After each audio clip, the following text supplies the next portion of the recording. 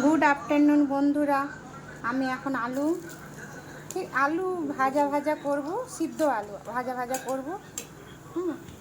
এই যে পাঁচফোড়ন দিলাম, তেল দিলাম, তেল দিয়েছি একটুখানি, লঙ্কা, জাস্ট ইন্ডাকশানে রান্না করছি। এই যে আলুগুলো দিয়ে দিলাম,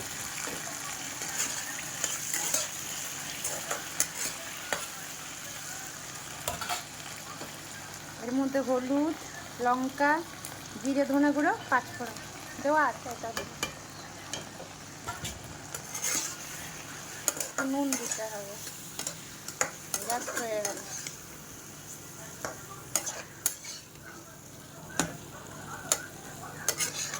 এই যে আলু ভাজা ভাজা, এটা না খেতে দারুণ লাগে।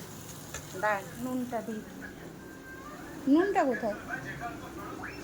নুনটা ও, এইখানে নুন আছে।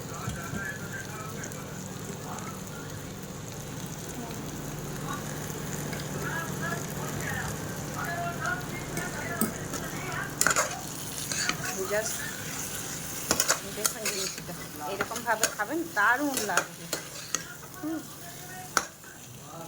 যেদিন নিরামিষ মাছ মাংস নিয়ে একটু ডাল করে দেবেন, আর এরকম আলু শুকনো শুকনো আলু ভাজা।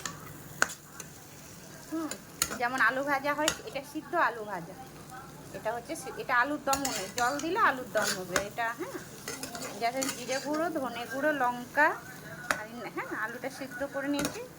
আর আজকে তো জিতে পুজোর উপোস, আজকে ওরা খাবে, আমি খাবো না। জাস্ট